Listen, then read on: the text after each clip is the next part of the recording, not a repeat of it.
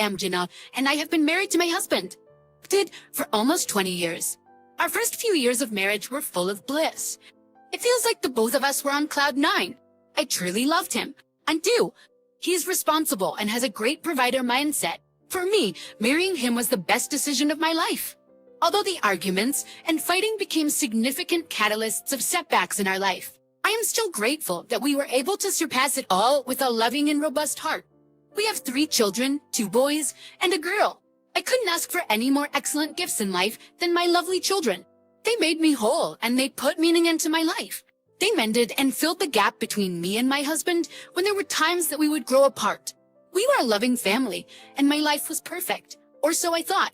As years passed by and our kids were growing, so did the hatred and boredom that we felt towards each other. The constant fights became prominent and more aggressive. My husband became so intentional with his banters and insults towards me. In short, our relationship became toxic.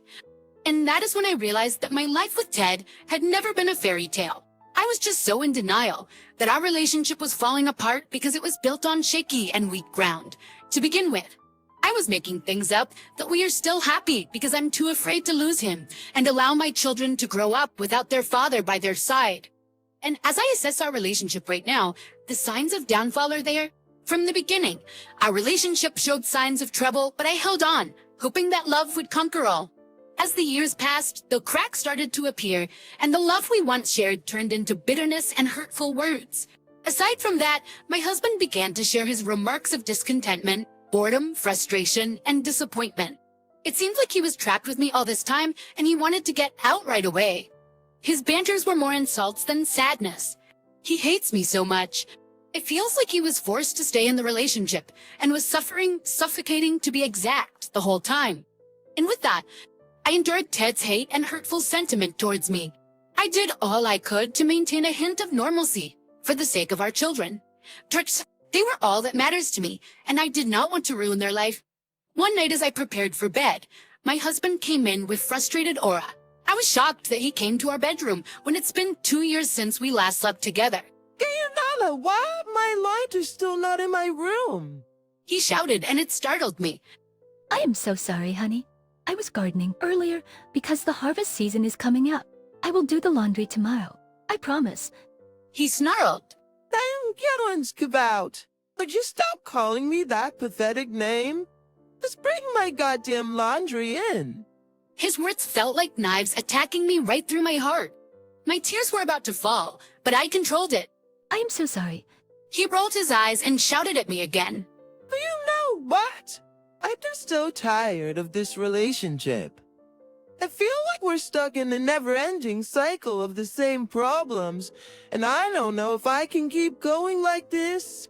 I'm so tired just looking at your goddamn face. I took a deep breath as my tears finally fell on my cheeks. He did. I understand things haven't been easy lately, but we can work together. He just laughed at me in a mocking tone. No cock, HEC's bye. What good will that do? I don't remember you listening anyway. Yeah, I'm stupid. I do listen. I want to understand what's bothering you and find a way to improve things. We can't just put our relationship down the drain. He rolled his eyes again as if everything I said had no sense. You was trying to fix everything, but you never actually do anything about it. Bad issues are fast. Oh, like I got you don't have to fix everything. You are the problem itself. It's itself. It hurts me to hear him say all of these hurtful words. I'm doing my best to make this relationship work, but it takes both of us to put in the effort. Oh, well, your best just ain't good enough. Please, tell me what's making you so unhappy. I want to know so we can work on it together. But you didn't get it.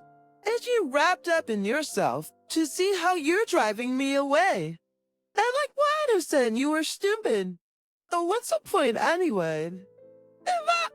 I love you, Ted, and I don't want to push you away. Could you help me understand what I'm doing wrong? You're suffocating me with your constant morning assistant hands. I mean space, but you just don't get it. I'll give you a space you need, but I can't ignore our problems either. We have to communicate and find a way to reconnect. Connect, reconsider. Is that some therapy mumbo-jumbo? I'm sick of your constant analysis. As if you are helping. I'm trying to understand your perspective. I don't want to lose you, but I can't do it alone. I'm just tired trying. I'm tired of this relationship. Just tired of all your nonsense. I can see you're frustrated, but saying hurtful things won't solve anything. My voice was starting to shake. Humans, you know what? Baby, I'm just done with us.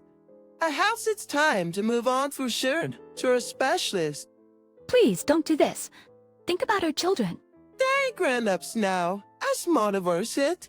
They help and find someone who understands me. Please think about our children. Yeah, whatever. Goodbye. Don't say that. And then he left me alone. I cried the whole night, cried as my heart swam into a river of pain.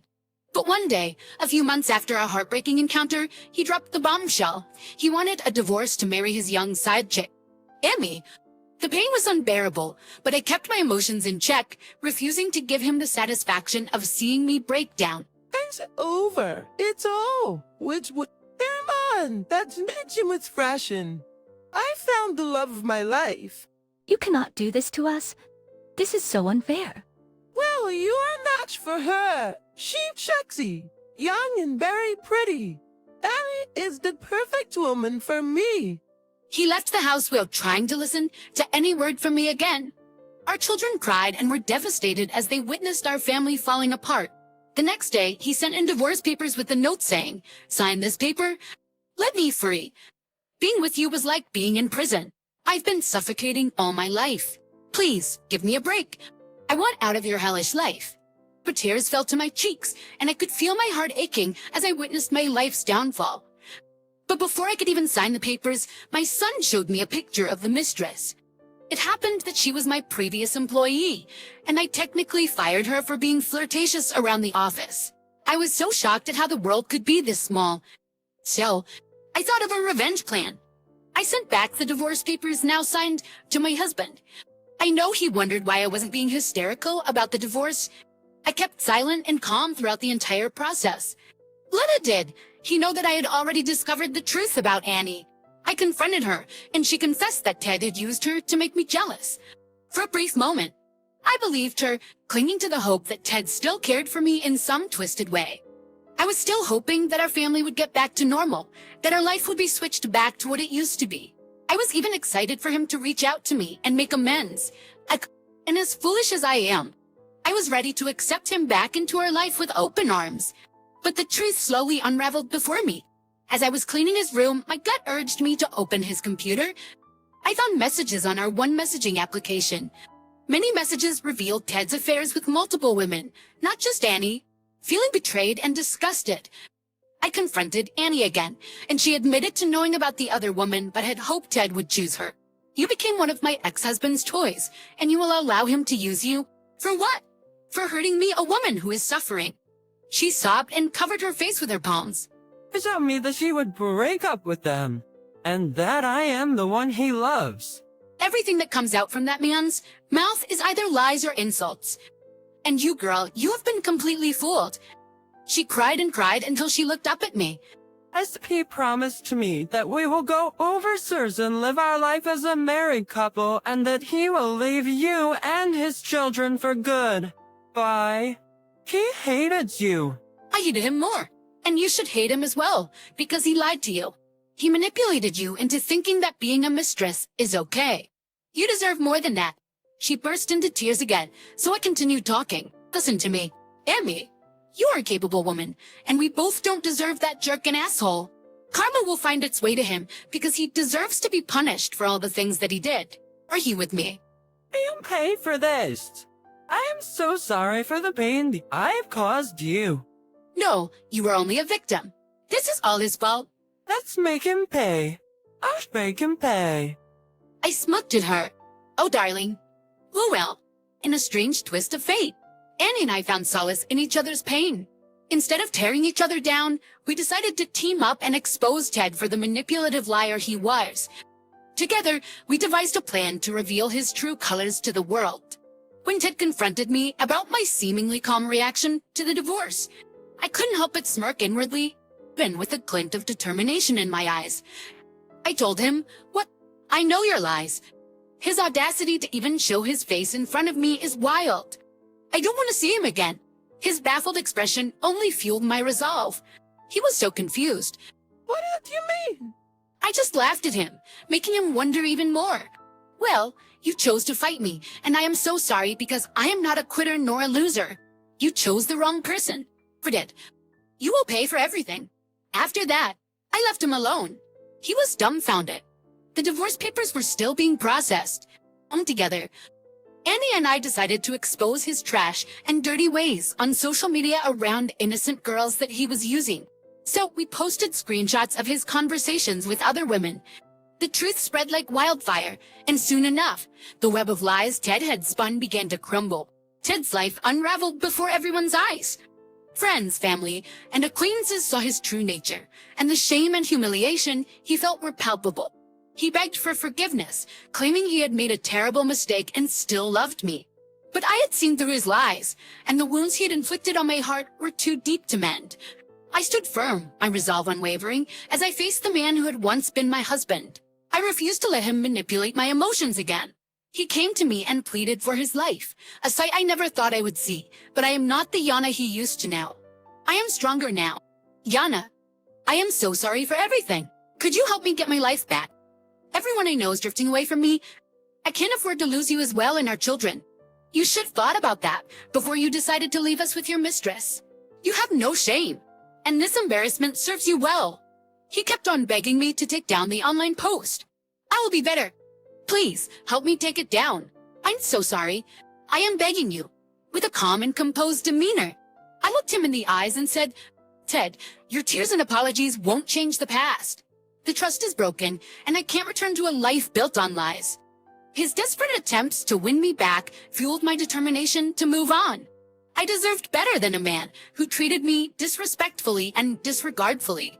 I realized I didn't need his validation or love to be whole. His actions did not define my worth, and I had finally found the strength to stand on my own. As the truth about Ted's infidelity spread like wildfire on social media, his once charmed life began to crumble before everyone's eyes.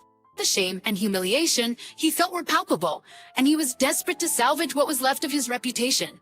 But this time, I wouldn't let him off the hook. And yet again, Ted sent me countless messages and calls, and even showed up at my doorstep, tears streaming down his face as he begged for forgiveness. He claimed he had made a terrible mistake and still loved me.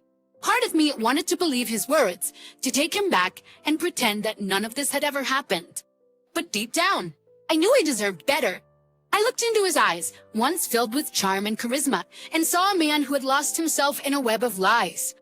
He continued to beg, trying to manipulate my emotions, but I saw through his act. I learned that his words were empty, and his promises were meaningless. I had given him chances before, hoping he would change, but he had repeatedly proven that he was incapable of true love and commitment. As much as I once loved him, I had to put myself first and prioritize my well-being.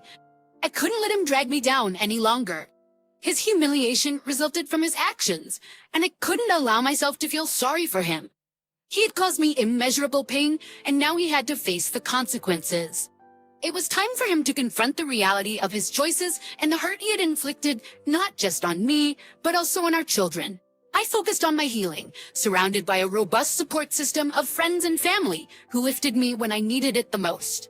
I embraced my newfound independence and pursued my passions with a renewed sense of purpose. My children witnessed my strength and courage, learning invaluable lessons about resilience, forgiveness, and the importance of self-love.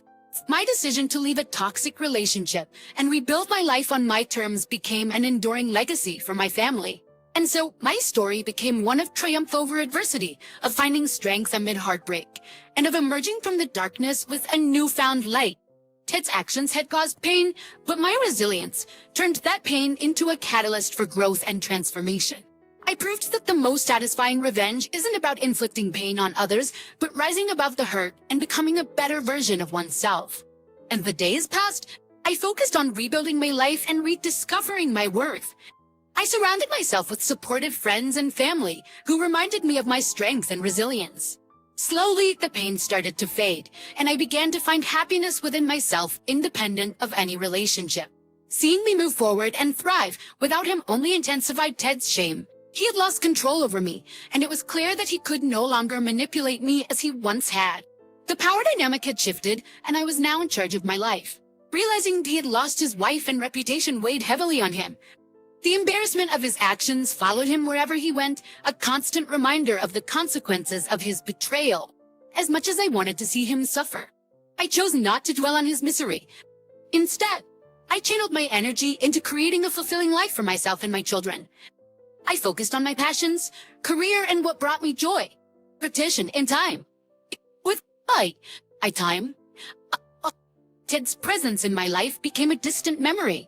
I had found closure in knowing that I'd stood firm in the face of adversity and had refused to let his actions define me. I turned the tables on him, and in doing so, I had found my empowerment. My story became one of triumph over heartbreak, of finding inner strength, and of discovering the beauty of self-love. I learned that actual revenge isn't about seeking to humiliate others, but about rising above the pain and becoming a stronger person. And as I moved forward, I knew I was no longer defined by the hurt Ted had caused me. I was Yana, a woman who had weathered the storm and emerged more vital than ever, ready to embrace whatever life had in store for me.